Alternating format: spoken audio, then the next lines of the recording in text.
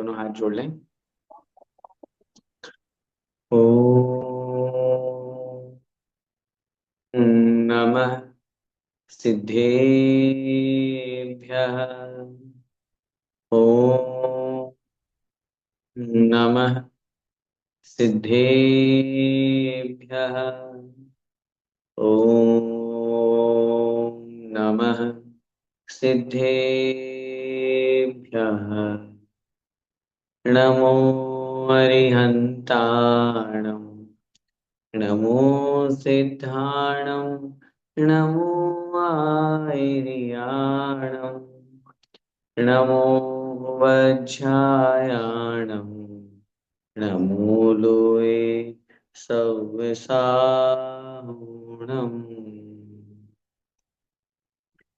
तीन भुवन में सार वीतराग विज्ञानता।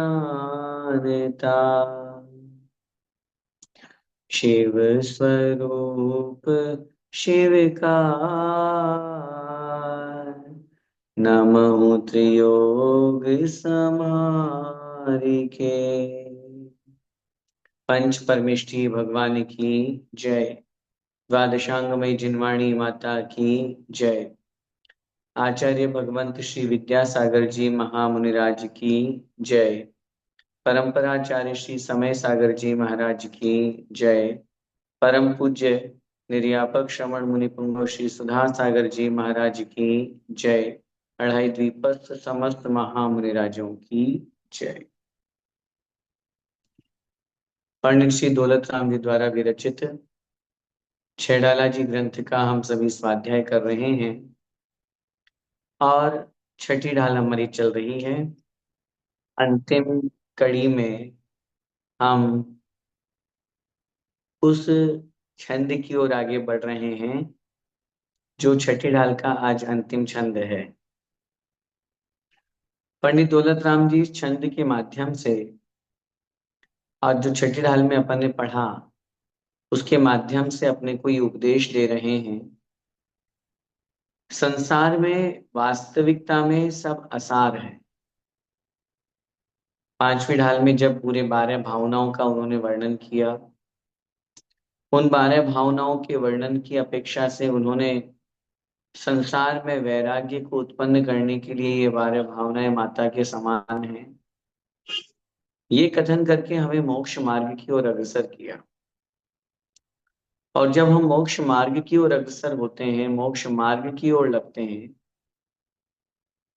आत्मा का कल्याण उसी मोक्ष मार्ग पर है। सम्यक दर्शन, सम्यक ज्ञान और सम्यक चारित्र, इन तीनों की एकता का नाम मोक्ष मार्ग है।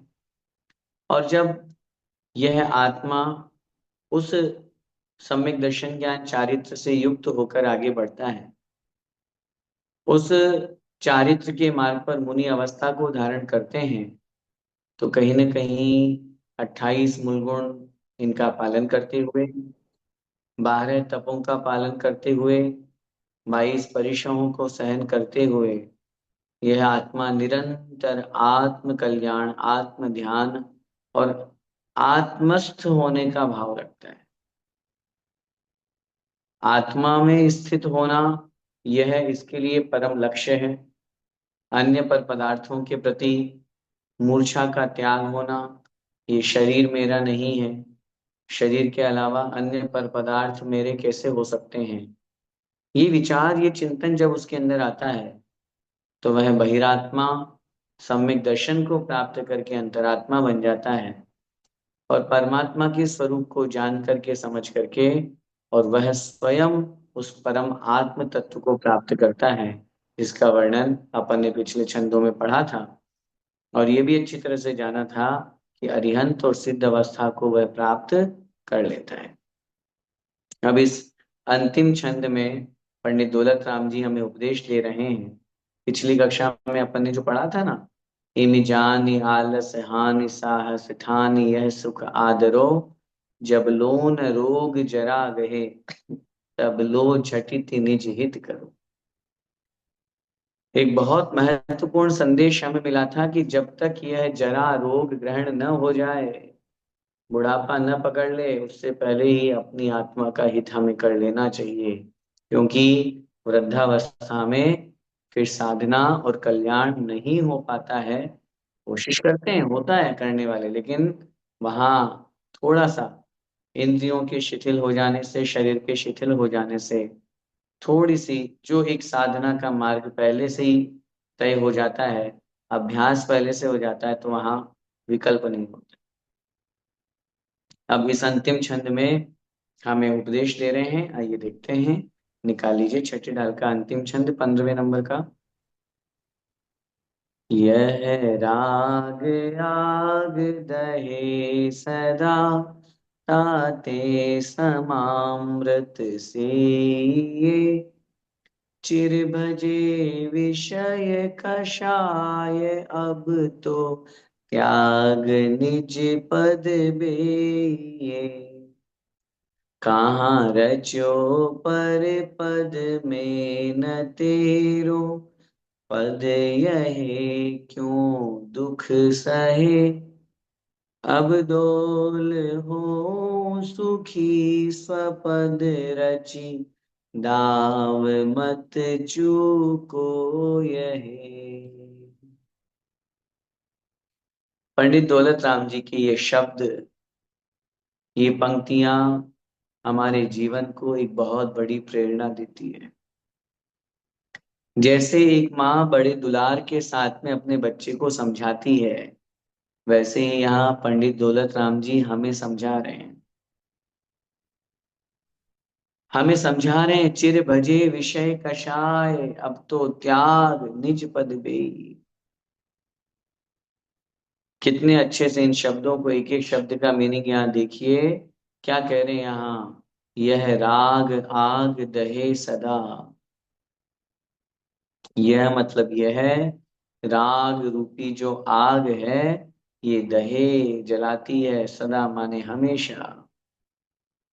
यह राग रूपी जो आग है, ये सदा हमेशा मुझे जलाती है। देखना यहाँ पे द्वेष को आग नहीं कहा, राग को आग कहा है। यह राग आग दहे सदा, क्योंकि राग संसार में भटकाने वाला है। द्वेष तो कितने लोगों से होगा, मुश्किल से कोई एक आध दो चार से, जिनसे हमारा मन नहीं मिलता, जिनसे हमारे मन में विकल्प होता है। ऐसे दो चार लोग होंगे। द्वेष रखने वाले लोगों का नाम निकालो, लिस्ट बनाओ।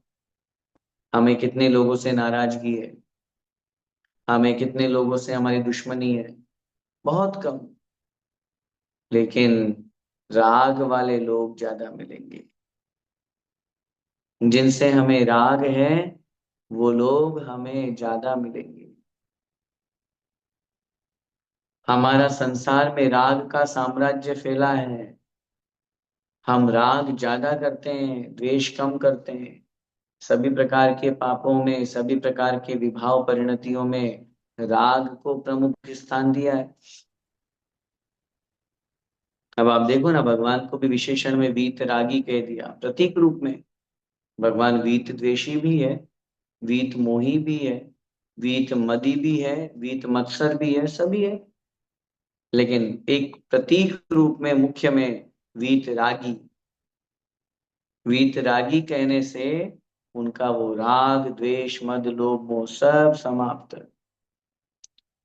लेकिन राग बहुत महत्वपूर्ण है, राग बहुत खतरनाक है। महत्वपूर्ण से तात्पर्य खतरनाक। प्रसंग आप लोगों ने सुना होगा, इंद्रभूति गौतम स्वामी ने भगवान महावीर स्वामी से समोषण में प्रश्न किया, भगवान मुझे अब तक, अभी तक भी केवल ज्ञान की प्राप्ति क्यों नहीं हो पा रही। तो महावीर भगवान ने उपदेश दिया, उत्तर दिया, गौतम तुम्हें अभी मुझसे राग है, और मुझसे जो राग है वो भी तुझे केवल ज्ञान में बाधक बन रहा है। भले ही ठीक है, वो प्रशस्त राग है। यहाँ पे वो प्रशस्त राग की बात नहीं चल रही, यहाँ तो अप्रशस्त राग की कथन चल रहा है। लेकिन अपने लिए उस समय ये एक भाव रूप में उदाहरण याद आया, इसलिए हमने आपको कहा कि राग भी उस समय केवल ज्ञान में बाधक है। और इसीलिए जिस दिन भगवान महावीर स्वामी को मोक्ष हुआ, सुबह के समय चतुर्दशी की अंतिम प्रहर में, और इधर गौतम स्वामी को अगले दिन केवल ज्ञान की प्राप्ति, उसी दिन रात्रि में, शाम के समय। इसलिए कहा गया है राग बहुत खतरनाक है। और अपन सोचो लगाओ, कितने लोगों से राग करते हैं, मोह करते हैं। लोग तो छोड़ो, वस्तुओं से ज्यादा है, शरीर से ज्यादा है। सबसे ज्यादा राग किससे है? शरीर से। किंचित मात्र भी इसे पीड़ा न हो, किंचित मात्र भी इसे कष्ट न हो, बस ये ही हम प्रतिपल सोचते हैं, प्रतिक्षण सोचते हैं। हमें किंचित मात्र भी राग ना हो पाए, ये तो हो नहीं सकता। गृहस्थ में है, गृहस्थ क्या संसार में है, 10वें गुण स्थान तक मोहनीय कर्म है, राग है, लोक कषाय है। लेकिन राग समाप्त नहीं हो सकता, राग कम तो हो सकता है। आचार्य श्री हमेशा कहते थे, इस शरीर का उपभोग नहीं, उपयोग करो। शरीर से राग क्यों कर रहे हैं हम? मानते हैं शरीर माध्यम खलु धर्म साधनम। शरीर जो है धर्म करने का सबसे प्रमुख और मुख्य साधन है। लेकिन इसका मतलब ये नहीं है कि हम इस शरीर में ही रच पच जाएं, इस शरीर को ही पालने पोसने में लगे रहें, अपना आत्म कल्याण का भाव ही ना पाए, आत्मा की तरफ ध्यान ही नहीं जा पाए। ये परिणाम जब हमारे अंदर होते हैं, तब राग से दूरी बन पाएगी, शरीर के प्रति राग कम हो पाएगा। इसीलिए आचार्य, आप पढ़ो ना वो उदाहरण, चाहे गजकुमार मुनिराज हो, सुकोशल मुनिराज हो, पांडव हो, शरीर तो उनका भी था, लेकिन उन्हें अपने उस शरीर से राग नहीं था, तभी जाकर के वो उस साधना में उत्कृष्ट स्थान प्राप्त कर पाए और मोक्ष परम पद को प्राप्त कर पाए। तभी कर पाए। यदि उन्हें राग होता तो जैसे नकुल और सहदेव सरवार सिद्धि में चले गए, रह गए थोड़े से, बस मन में भाव आ गया, ये कष्ट मेरे भाई लोग कैसे सहन कर रहे होंगे, खुद के लिए नहीं आया, मोह जाग गया, राग जाग गया। किसके प्रति? भाई लोगों के प्रति। भाई के प्रति मोह जाग गया, कष्ट सहन किया। और उन तीनों को मोह जागृत नहीं हुआ, वो तो आत्म ध्यान में ऐसे लीन हुए कि बस फिर सिद्धालय पहुंचे सीधे। इसलिए यहाँ कह रहे हैं, यह राग आग दहे सदा। सदा माने हमेशा। यह राग रूपी जो आग है, दहे माने जलाती है। तांते समामृत से ये, तांते माने इसलिए, क्या करो जब राग रूपी आग जला रही है, समामृत से ये, समता रूपी अमृत से ये सेवन करना चाहिए, पीना चाहिए। जल नहीं कहा, अमृत का। जैसे अग्नि को बुझाने में जल की व्यवस्था की जाती है, जल का निमित्त बनता है, वैसे यहाँ पे जल नहीं कह रहे, यहाँ पे क्या कह रहे हैं? अमृत। कौन सा अमृत? समामृत, समता रूपी अमृत। जैसे अग्नि को शांत करने के लिए जल का सहारा लिया जाता है, जल से भी कई गुना उत्कृष्ट अमृत है, उसी लिए यहाँ राग को शांत करने के लिए, राग को समाप्त करने के लिए समता रूपी अमृत का पान करना चाहिए। और जहाँ समता, समता का माने समत्व भाव, समत्व भाव का मतलब समत्व बुद्धि, बराबर की बुद्धि, इस तरह का परिणाम कि नहीं, राग और द्वेष नहीं करना मुझे, किन वस्तुओं से, किन व्यक्तियों से, किन वस्तुओं से, जरा विचार कीजिए। जग में जिसको निज कहता मैं, वह छोड़ मुझे चल देता है। मैं आकुल व्याकुल हो लेता, व्याकुल का फल व्याकुलता है। व्याकुल का फल व्याकुलता है, सोचिए जरा। और मैं जिसे अपना मान रहा हूं वो मेरा अपना नहीं है। ने कहा ना, तन से जिसका ऐक्य नहीं हो, सुतती मित्रों से कैसे, चर्म दूर होने पर तन से रोम समूह रहे कैसे। तन से माने शरीर से जिसकी एकता नहीं है, आत्मा और शरीर एक है क्या? नहीं है। शरीर से और आत्मा से जिसकी एकत्व बुद्धि नहीं है, सुत तीय मित्रों से कैसे। पत्नी से, पुत्र से, मकान, धन संपत्ति, रुपया पैसा, जमीन जायदाद, जो प्रत्यक्ष में मुझे भिन्न दिखाई दे रहे हैं, अलग हैं, उनसे एकत्व कैसे हो सकता है। जैसे ये चमड़ी दूर होने पर, ये जो उदाहरण दिया गया ना, चमड़ी दूर होने पर रोम समूह रहे कैसे। अगर स्किन निकल गई शरीर की, तो फिर जो रोम छिद्र हैं वो कैसे रहेंगे? वो दूसरी के अधीन है। इसलिए ताते समामृत से, ये पंडित दौलत राम जी कह रहे हैं, राग और द्वेष दोनों में समता भाव, न राग करना न द्वेष करना। जैसे हमारे मुनि महाराज, हरि मित्र महल मसान कंचन पढ़ के आए ना पहले छठी लाल में, कांच निंदन तुति करन, अर्घावतारन असी प्रहारन, में सदा समता धरन। समत्व भाव, शत्रु हो चाहे मित्र हो, शत्रु हो चाहे मित्र हो, महल हो चाहे श्मशान हो, चाहे कांच के टुकड़े हो चाहे हीरे जवाहरात हो, चाहे कोई पूजा करे, कोई आरती उतारे या कोई तलवार लगाए, इन सब में हमेशा समता धरण, समता भाव को वो धारण करते हैं।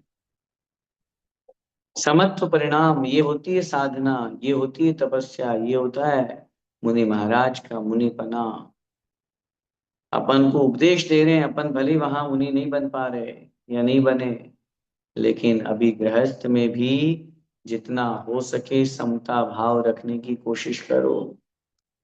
क्योंकि ज्यादा राग द्वेष में उलझने पर दुख अपने को ही होगा, दूसरे को नहीं होगा। ज्यादा राग द्वेष के विकल्प में पड़ने पर चिंता अपन को ही है, सामने वाले को नहीं है। जिससे जितना राग करेंगे, बाद में जब उसका वियोग होगा, वो वस्तु हमसे दूर होगी, वो व्यक्ति हमसे दूर होगा, तब हमें बहुत दुखी होना पड़ेगा। तो उस वस्तु को अपना मान ही क्यों रहे हैं? उस वस्तु के प्रति हमारे मन में ऐसे भाव आ ही क्यों रहे हैं? वो जब मेरी है ही नहीं तो मैं क्यों राग कर रहा हूँ? ठीक है, व्यवहार की दृष्टि से हम अपनी पत्नी को पत्नी कहेंगे, पुत्र को पुत्र कहेंगे, संतान को संतान कहेंगे, घर मकान सबको कहेंगे। लेकिन व्यवहार की दृष्टि से, निश्चय की दृष्टि भी अपने अंदर हमेशा जागृत होनी चाहिए। दिल के एक कोने में हमेशा ये भाव होना चाहिए, नहीं, ये सब मुझसे भिन्न है, ये सब मुझसे पर है, मेरे से अलग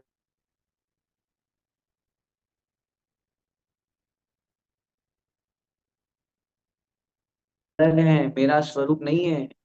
मैं हूं अति हूँ, ये मुझसे बहुत अलग है, बुद्ध भिन्न है, इनसे मेरा कोई संबंध नहीं है, मेरा कोई लेना देना नहीं है। ये निश्चय रूप में जब अपन लेकर के चलते हैं, तो कहीं ना कहीं हमारे मन में वो जो दुख की, यूं मानिए, सीमा है, दुख की जो ऊंचाई है, वो कम हो जाती है, डाउन हो जाती है। तो इस तरह का परिणाम ये यहाँ पंडित दौलत राम जी कह रहे हैं, यह राग रूपी आग हमेशा जलाती है, इसलिए हमें समता रूपी अमृत का सेवन करना चाहिए। चिर भजे विषय कषाय, अब तो त्याग निज पद बेय। क्या बात है। अपने को कितना प्रेम से समझा रहे हैं। चिर भजे, चिर माने बहुत लंबे समय से, चिर भजे माने बहुत लंबे समय से, भजे माने सेवन किया, भजा, भजा माने भोगा, शाब्दिक अर्थ पे जाओगे तो भजा माने भोगा। चिर भजे, बहुत लंबे समय से हमने सेवन किया है, भोग किया है, किसका? विषय कषाय, पंचेंद्रिय विषय कषायों का, पंचेंद्रिय विषयों का और चारों कषायों का। ये दो चीजें बहुत खतरनाक है। पाप उतना खतरनाक नहीं है, सत्य व्यसन उतने खतरनाक नहीं है जितने खतरनाक है पंचेंद्रिय के विषय भोग और कषाय। ये दो चीजें जब कहीं भी अपन पढ़ते हैं हमेशा त्याग करने की बात आती है, तो वहां विषय कषाय को छोड़ो, विषय कषाय को छोड़ो। क्योंकि हमारा पूरा जीवन, सोचो जरा, पंचेंद्रिय विषय भोगों में ही लगा हुआ है, उनकी पूर्ति में ही लगा हुआ है। हम पंचेंद्रिय विषय भोगों को भोगने में ही अपना दिन रात पूरा व्यतीत करते हैं, 24 घंटे लगा लो। है स्पर्शन इंद्रिय, सर्दी गर्मी बरसात कहाँ सहन हो पाती है? पंखा कूलर एसी चाहिए, हीटर चाहिए, गीजर चाहिए। स्पर्शन इंद्रिय की लोलुपता में कितने जीव हिंसा कर रहे हैं, कितने जीवों को मार रहे हैं, हमें कोई पता नहीं चल रहा। बस हमें गर्मी नहीं लगनी चाहिए। रसना इंद्रिय की बात करेंगे, रसना इंद्रिय में हम भक्ष्य अभक्ष्य का विचार नहीं करते, अमर्यादित वस्तुओं का विचार नहीं करते, बाजार की चीजें खा रहे हैं, पैकेट बंद सामान खा रहे हैं, फास्ट फूड, जंक फूड है। ये जितने भी आपके बेकरी के आइटम, सब में अशुद्धता है, सब में जीव पड़े हैं। लेकिन बस रसना इंद्रिय की लोलुपता है साहब।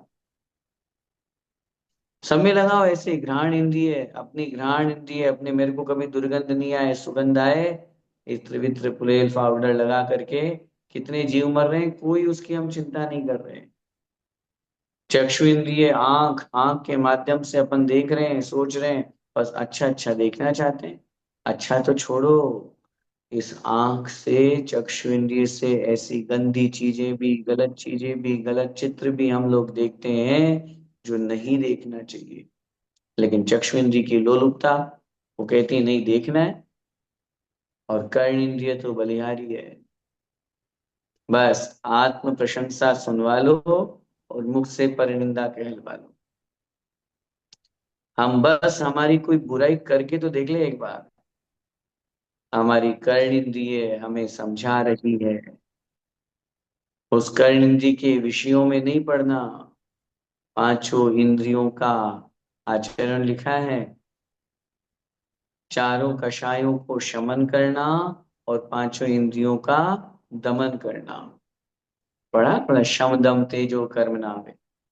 कर्मों का इंद्रियों का क्या होता है? इंद्रियों का दमन होता है और कषायों का शमन होता है। ऐसे ही कषाय में लेके जाओ। हमारी जो कषाय है, क्रोध मान माया लोभ, जरा विचार कीजिए, इन क्रोध आदि चारों कषायों में हमारा पूरा समय निकल रहा है। 24 घंटे हम किसी न किसी कषाय के उदय में रहते हैं। 24 घंटे हमारी कोई ना कोई कषाय रहती ही रहती है, 100%। लेकिन रहना अलग बात है, वो तो कर्म की उदय की व्यवस्था है। लेकिन उसके साथ में हमें तो विचार करना है, कषाय कम से कम करें। अनादिकाल से हम यही करते आ रहे हैं। इसीलिए पंडित दौलत राम जी कह रहे हैं, चिर भजे विषय कषाय, चिर भजे बहुत लंबे समय से, अनादिकाल से इन विषय कषायों का सेवन किया। अब क्या कह रहे हैं? अब तो त्याग, अब तो इनका त्याग कर रहे चेतन, रे भव्य आत्मा। अब तो इसका त्याग कर, निज पद बेहिए। निज पद माने अपने पद में, आत्म स्वरूप में, बेहिए माने लग जाना चाहिए। अब तो उस आत्म स्वरूप को प्राप्त कर लो। अनादिकाल से लेकर के लंबे समय तक हम इस पंचेंद्रिय विषय भोगों में, चारों कषायों में लिप्त हैं, उन्हीं का भोग कर रहे हैं, उन्हीं का सेवन कर रहे हैं। पंडित जी साहब कह रहे हैं, रे चेतन अब तो इनका त्याग कर। कब तक लगा रहेगा? कब तक इनमें आकंठ डूबा रहेगा? इनका त्याग करके अपनी आत्मा में लग जाना चाहिए, अपनी आत्मा का कल्याण करना चाहिए। कहाँ रच्यो पर पद में, कितना अच्छा समझा रहे हैं। कहाँ रच्यो, कहाँ माने कहाँ, रच्यो माने रच रहा है, रच पच रहा है, तल्लीन हो रहा है। पर पद में, पर माने दूसरों के पद में, माने वस्तुओं में, दूसरे पदार्थों में, पद प्रतिष्ठा की लालसा में, पर पदार्थों के संयोग करने में, इकट्ठा करने में, संचय करने में। कहाँ रचियो, अरे कहाँ कहाँ तेरी बुद्धि जा रही है, कहाँ तू तल्लीन हो रहा है, कहाँ, कहाँ रचियो पर पद में। न तेरो पद यहे, न माने नहीं है, तेरो माने तेरा, पद यहे माने ये पद प्रतिष्ठा वस्तुएं संसार की सब चीजें।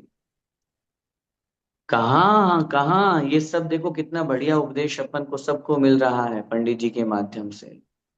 हर ढाल में अंत में, यही सबसे बड़ी विशेषता है छह ढाला की। हर प्रत्येक छह ढालों में से हर ढाल के अंत में ये यहाँ पे उपदेश देते हैं। इसलिए यहाँ कह रहे हैं अब पूरी ढाल, पूरी छठी ढाल क्या, पूरे छह ढाल ही पूरी हो रही है। छह ढाला ग्रंथि ही अंतिम चरण की ओर है। वहां कह रहे हैं कहाँ रच्यो पर पद में, रे भव्य जीव, पर पदार्थों में, पर वस्तुओं में कहाँ तू तल्लीन हो रहा है, कहाँ तू शरीर को अपना मान रहा है, कहाँ दूसरों को तू अपना समझ रहा है। ये पत्नी पुत्र मकान धन संपत्ति वैभव जमीन जायदाद रुपया पैसा सब कुछ न, ये पद न तेरो, ये पर पदार्थ तेरे नहीं है। तेरे और मेरे की दो व्यवस्था चलती है। किसी वस्तु को मानना अपना है, सोचो जरा विचार करके। इस संसार में मेरा कौन है, अगर इस बात की डेफिनेशन पे चर्चा की जाए। अच्छा ये बताइए, मेरे की परिभाषा क्या, मेरा कौन?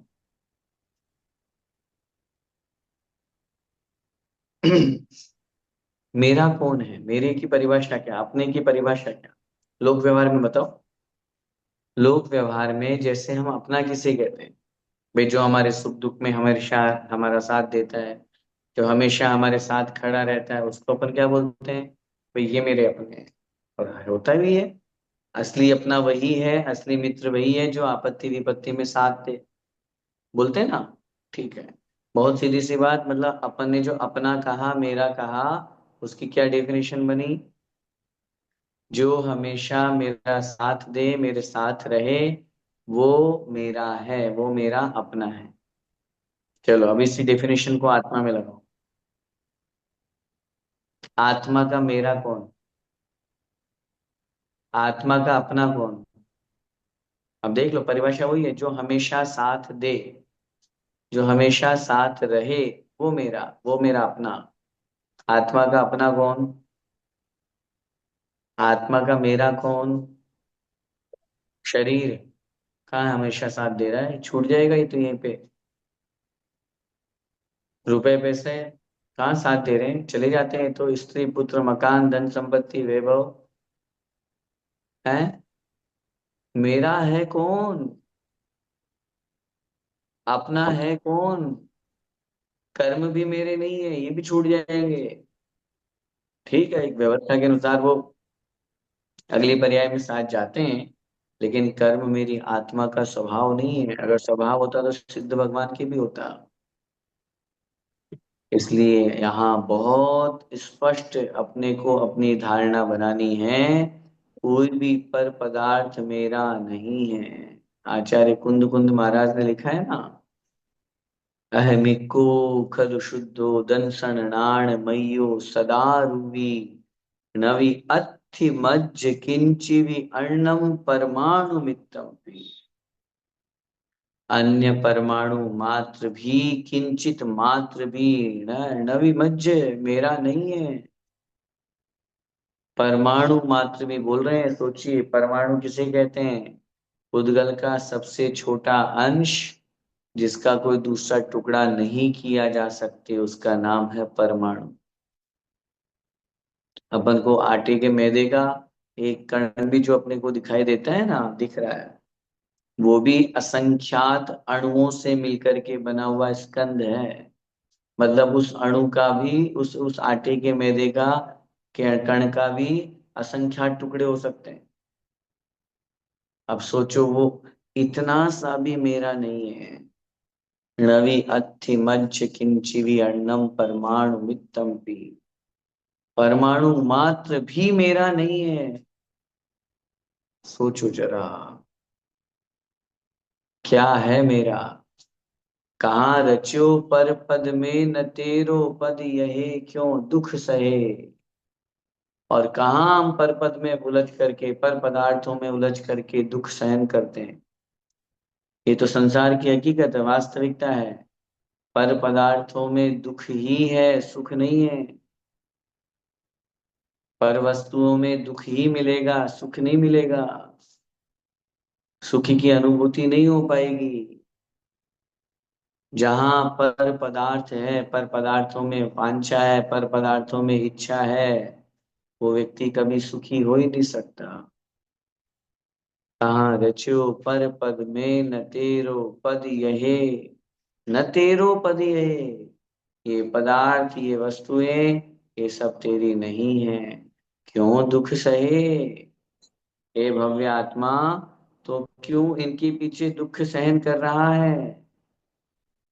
और फिर कह रहा हूं, देखो, वास्तविकता, भले व्यवहार में अपन कितना ही मानो, भले व्यवहार में कितना ही मानो, लेकिन वास्तविकता तो यही है कि जहां जहां संयोग है, जहां जहां पर वस्तुओं का हमने आलम्बन लिया, जहां पर वस्तु को हमने अपना मान लिया, जिस समय मान रहे हैं, उस समय तो हो सकता है सुख हो, अच्छा लग रहा हो, लेकिन बाद में वही वस्तु, वही पदार्थ हमारे लिए दुख का कारण बन रहा है। नियम है। लगा लीजिए आप, संपत्ति, रुपया, पैसा, बताओ, सुख का कारण है या दुख का कारण। हम्म। रुपया, पैसा, संपत्ति जो है वो सुख का कारण है या दुख का कारण। अब आप कहोगे दुख का कारण, ठीक है, तो फिर छोड़ दो, सब आ जाओ लाइन में। अब तो प्रमाण सागर जी भी दे रहे हैं दीक्षाएं, सुधा सागर जी भी दे रहे हैं, समय सागर जी भी दे रहे हैं, सब महाराज दे रहे हैं। और अभी तो कल सुधा सागर महाराज जी के संग में जो गृहस्थी व्यक्ति है, जिन्होंने गृहस्थी बसा ली, वो भी आत्म कल्याण करना चाहता है, तो उनको भी अब तो संघ में सम्मिलित होने की व्यवस्था शुरू होगी। हाँ, अगर अपन मान रहे हैं तो दुख का कारण ही है। जिस दिन मान लेंगे उस दिन सब छूट जाएगा।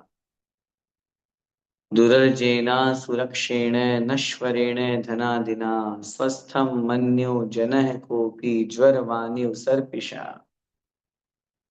आचार्य महाराज कह रहे हैं, पूज्यपाद स्वामी महाराज इष्टोपदेश में क्या लिख रहे हैं, क्या स्पष्ट बोल रहे हैं, वो कथन कर रहे हैं और स्पष्ट लिख रहे हैं। धन संपत्ति बड़ी मेहनत से कमाई जाती है, बहुत खून पसीना एक करना पड़ता है, तब जाके भैया पैसा मिलता है।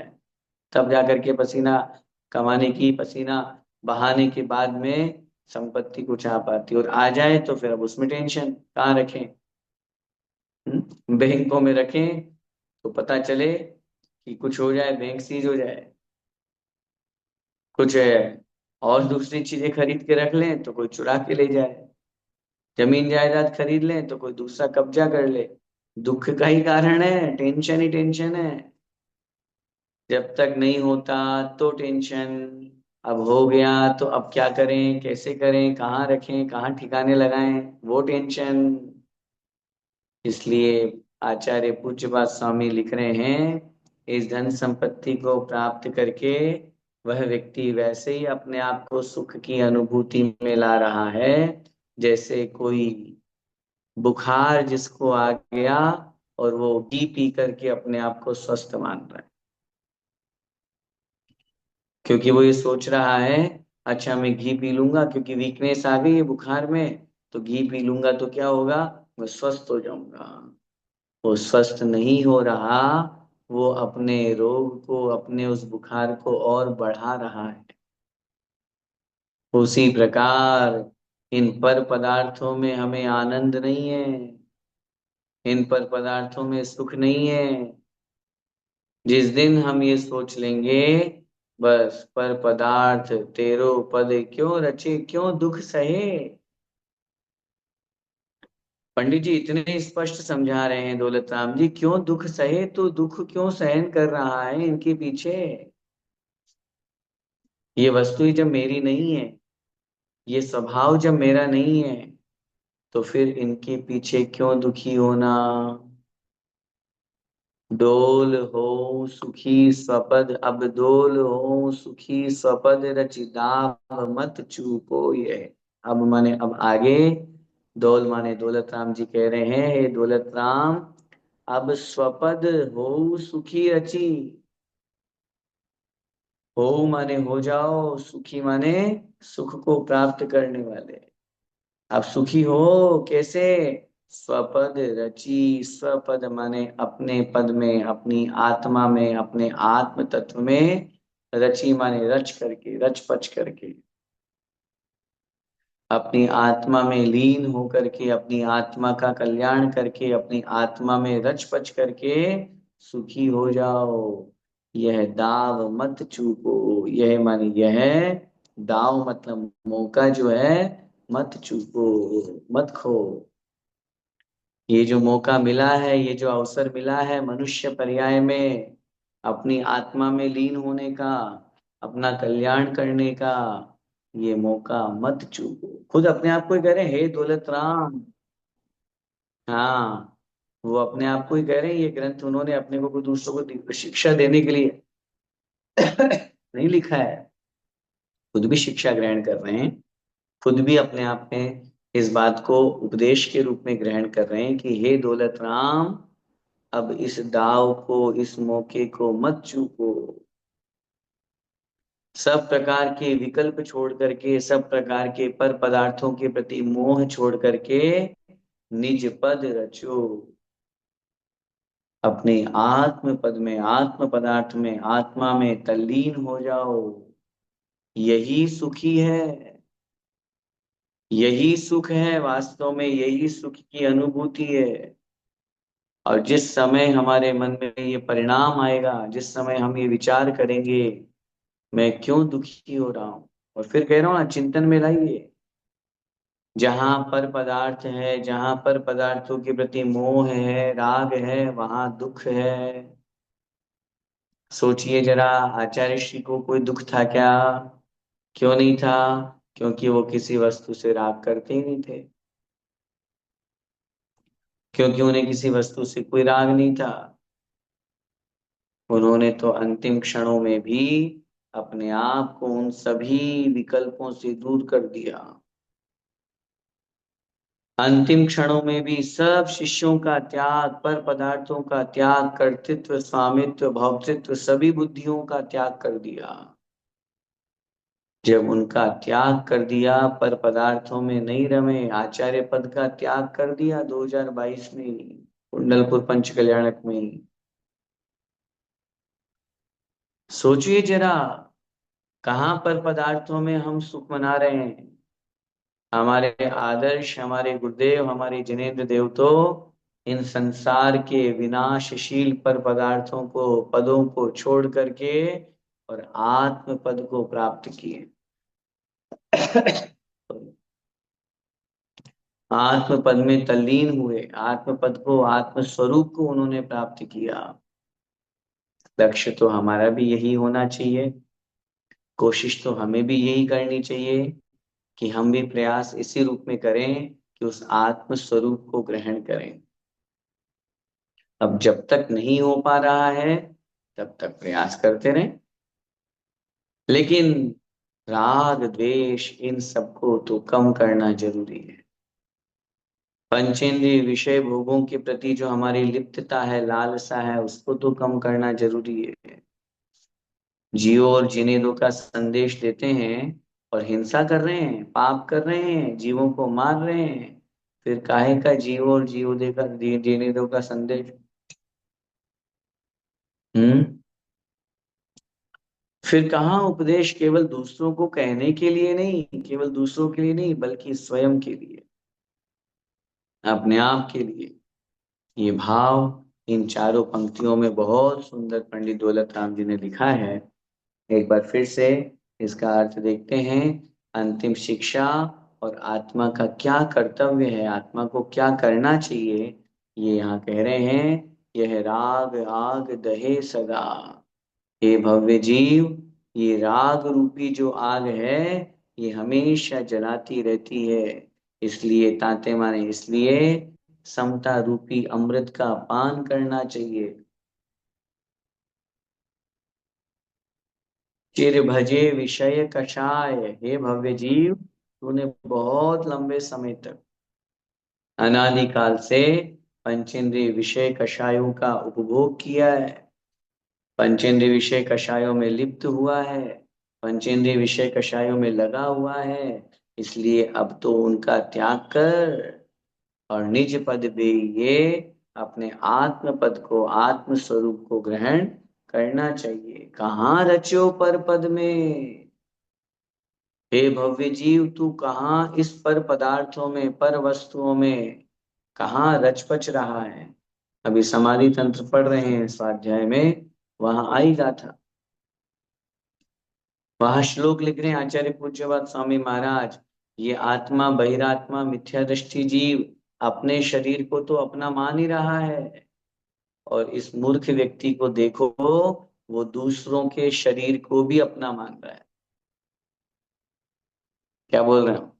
दूसरों के शरीर को भी वो अपना मान रहा है। ये शरीर तो मेरा है, इस पे तो है ही अधिकार, सामने वाले तुम्हारे शरीर पर मेरा अधिकार, जबकि वो अचेतन है, वो दूसरों का शरीर है।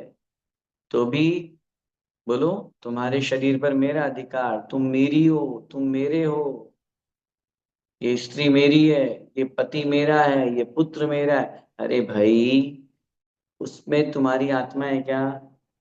नहीं है। तुम्हारा शरीर का कोई अंश है क्या? नहीं है। तुम्हारा क्या है उसमें? संबंध अलग चीज हो जाएगी बात, देखो संबंध पे मत जाओ।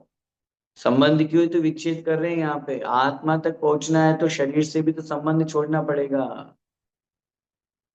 इसलिए बहुत स्पष्ट है, कहाँ रच्यो पर पद में, हे भव्य जीव, तू कहाँ पर पदार्थों में, पर वस्तुओं में ममत्व बुद्धि रख करके इनमें लगा हुआ है। ये पद तेरा नहीं है, ये पर पदार्थ तुम्हारे नहीं है।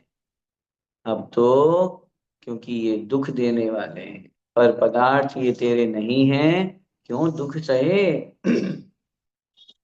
हे जीव, तू क्यों व्यर्थ में दुख सहन कर रहा है। हे दौलत राम, अब डोल हो सुखी स्वपद, हे दौलत राम जी अपने आप को कह रहे हैं, अब सुखी होने के लिए अपने पद में आ जाओ।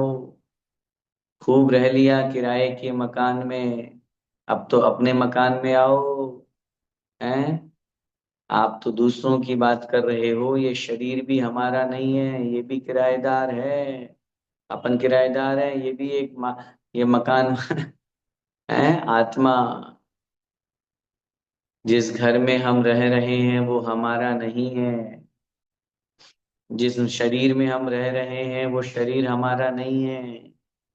लाइन पढ़ते हैं ना अपन, वो वाली कि जो जिंदगी एक किराए का घर है, एक न एक दिन बदलना पड़ेगा, मौत जब तुझको आवाज देगी, घर से बाहर निकलना पड़ेगा।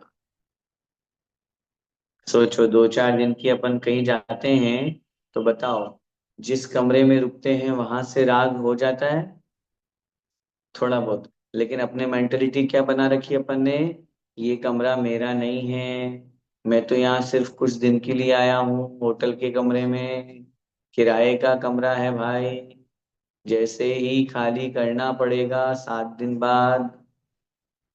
है, यहाँ 7 दिन बाद खाली करना है। जिस कमरे में, जिस घर में रह रहे हैं, वो 10-20-50-70 साल बाद खाली करना है, खाली तो करना पड़ेगा। इस शरीर में से भी आत्मा निकल जाएगी, ये शरीर भी खाली करना पड़ेगा। जब तक आयु है चल रहा है, उसके बाद ये मेरे साथ नहीं जाएगा। ये श्रद्धान, ये विश्वास हमें लाना पड़ेगा। और जितना जल्दी, जितना अच्छी तरह से हम ये श्रद्धान और विश्वास अपने जीवन में ले आएंगे, तो हम पर पदार्थों से विमुख होकर अंतरात्मा बन जाएंगे। क्योंकि मिथ्या दृष्टि बहिरात्मा तो पर पदार्थों में संलग्न हो रहा है, तो उनकी ओर बढ़ रहा है, लेकिन अंतरात्मा भेद विज्ञान, और उस भेद विज्ञान के बल पे यहाँ पे लिख रहे हैं, रचिदाव मत चूको, यह अपने आत्म तत्व में तल्लीन हो जाओ, यह दाव, यह अवसर मत चूको। वहीं से समझो शुरुआत जहां से करी थी, जिस रूप में कहा था, बहुत दुर्लभता से, दुर्लभ लई जो चिंतामणि, जो पर्याय लही त्रस्तणी। चिंतामणि रत्न की प्राप्ति ही त्रस्त पर्याय की प्राप्ति के समान बताई है। ये तो मनुष्य पर्याय है।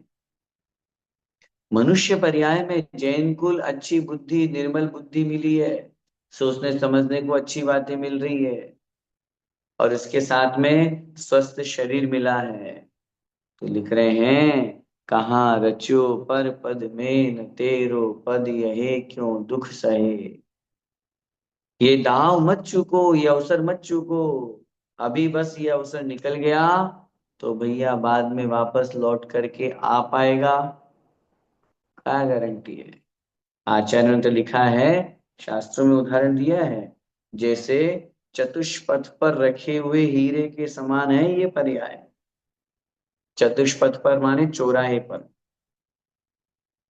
चौराहे पर कोई बहुमूल्य हीरा रख दो, अब उसके बाद में 2 मिनट के लिए कहीं गायब हो जाएगा, ज्यादा देर नहीं मिलेगा क्या हीरा, है। ले जाएंगे, किसको पता, आया गया कोई ले गया, चोराया है। आचार्य ने लिखा ना, ये विधि गए न मिले सुमणि जो उदति समानी। यह मनुष्य पर्याय उसी तरह है कि जैसे सुमणि, सुंदर मणि समुद्र में चली जाए तो वापस मिलना बहुत मुश्किल है, न के बराबर असंभव। ऐसे ही ये मनुष्य पर्याय बहुत दुर्लभता से मिली है। इसमें ज्यादा विषय कषायों में नहीं फंसना, पंचेंद्रिय विषय भोगों में लिप्त नहीं होना, कषाय ज्यादा नहीं करना। बस ये भाव जब अपन रखते हैं तो कहीं ना कहीं इस मनुष्य पर्याय को सार्थक करने का प्रयास करते हैं। समय आपका हो रहा है।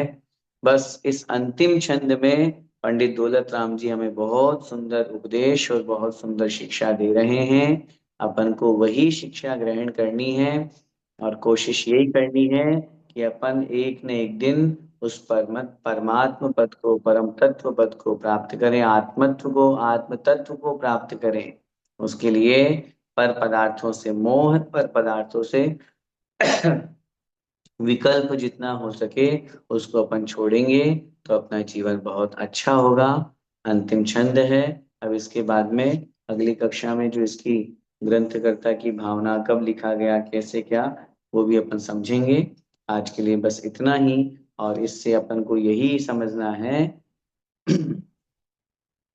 यही अपन को समझना है कि बस इस 6 ढाल को पढ़ने के बाद अपने जीवन में कुछ ना कुछ परिवर्तन आना चाहिए। पूरा सम्यक दर्शन, सम्यक ज्ञान, सम्यक चारित्र का वर्णन अपन ने पढ़ा, रत्नत्रय हमारे सामने आ गया, कैसे हम चारों गतियों के संसार में भटके घूमे, किसकी वजह से घूमे। बस उस वजह का त्याग करना है, उस मिथ्यात्व से दूरी बनाना है, सम्यक्त्व को अंगीकार करना है, सम्यक्त्व के साथ सम्यक ज्ञान, और कोशिश सम्यक चारित्र के मार्ग पर आगे बढ़ने की।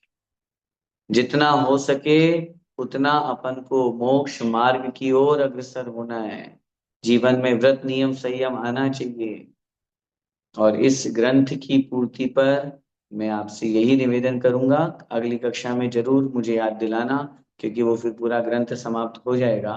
लेकिन अभी उसके उपसंहार के रूप में कुछ न कुछ संकल्प, कुछ न कुछ नियम, कुछ न कुछ व्रत संयम हमारे जीवन में आए, ताकि हमें ये स्मरण रहे कि हमने एक ग्रंथ पढ़ा था जिसकी पूर्णता पर हमारे जीवन में संयम आया। अब हर साल एक ग्रंथ दो ग्रंथ पढ़ेंगे तो कुछ दो नियम एक्स्ट्रा तो होंगे। वही हमारे जीवन की असली पूंजी है, वही हमारे जीवन का लक्ष्य होना चाहिए, वही सार है, और वही तक अपन को पहुंचना है। अपन सब उस मनुष्य पर्याय की सार्थकता बनाते हुए उस परम आत्म तत्व को प्राप्त करें। इसी मंगलमय भावना के साथ बोले द्वादशांगमयी जिनवाणी माता की जय हो। संत शिरोमणि आचार्य भगवंत श्री विद्यासागर जी महाराज की जय हो। परंपराचार्य श्री समय सागर जी महाराज की जय हो। पूज्य गुरुदेव मुनि पुंगव श्री सुधा सागर जी महाराज की जय हो। अढ़ाई द्वीपस्थ समस्त महामुनिराजों की जय।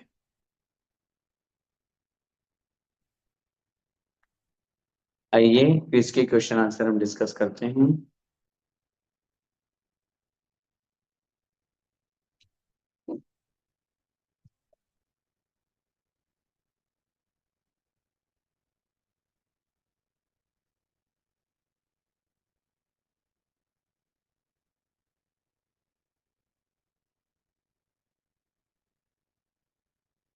श्रमण संस्कृति जीसीसी दुबई की तरफ से क्विज नंबर 103, 103 नंबर की। असंख्यात समुद्रों में से कौन से समुद्रों में जलचर जीव रहते हैं? लवण समुद्र में, कालोदरी समुद्र में, स्वयंभू रमण समुद्र में, या उपर्युक्त सभी, या इनमें से कोई नहीं? सही उत्तर है डी, उपरोक्त सभी, क्योंकि पहला और दूसरा समुद्र ढाई के अंदर आता है और स्वयंभू रमण समुद्र अंतिम में आता है। इनमें त्रसजीव पाए जाते हैं। बाकी इनके अलावा मध्य के जो असंख्यात समुद्र हैं उनमें मात्र एकेंद्रिय और सीधे पंचेंद्रिय जीव हुआ करते हैं। जलचर जीव वहां उस रूप में नहीं होते हैं। दूसरा प्रश्न, जो कुपात्रों को दान देते हैं वह मरकर कहाँ जन्म लेते हैं? देवों में, मनुष्यों में, तिर्यंचों में, या कुमनुष्यों में? सही उत्तर है डी, कुमनुष्यों में।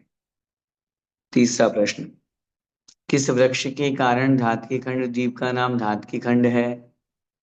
उत्तर जम्बू वृक्ष, ए ऑप्शन जम्बू वृक्ष, बी धातकी खंड धातकी वृक्ष, सी शालमली वृक्ष, या डी पुष्कर वृक्ष?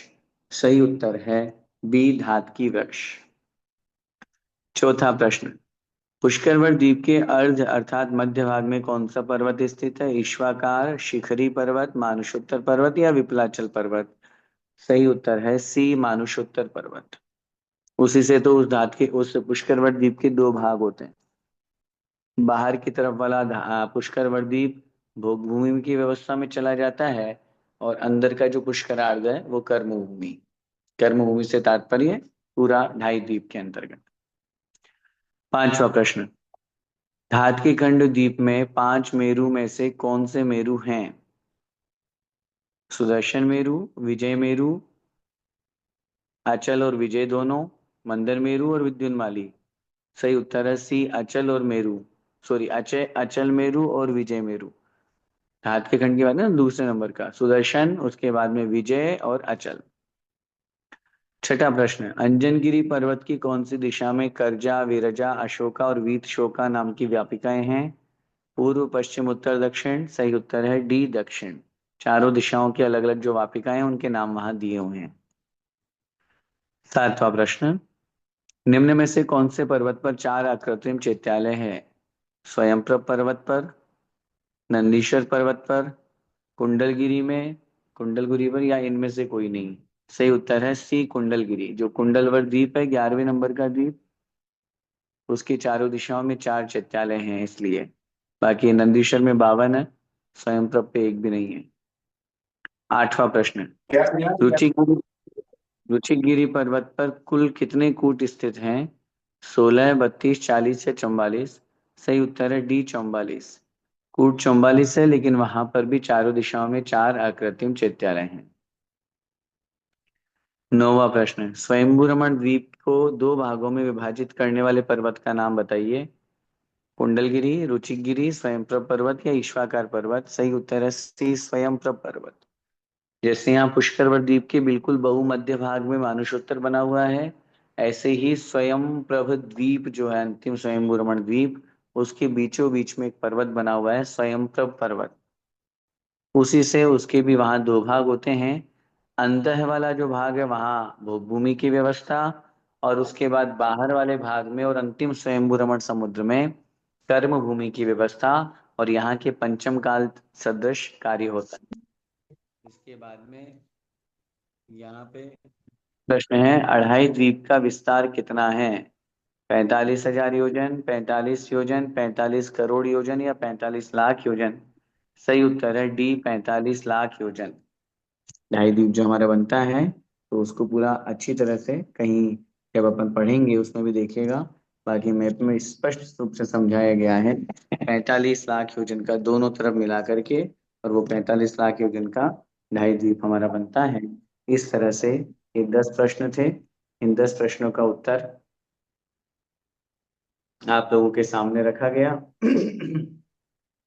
जिन महानुभावों ने बहुत अच्छी तरह से इस क्विज को सॉल्व किया है, लोगों तक पहुंचाया है, वो सब धन्यवाद के पात्र हैं।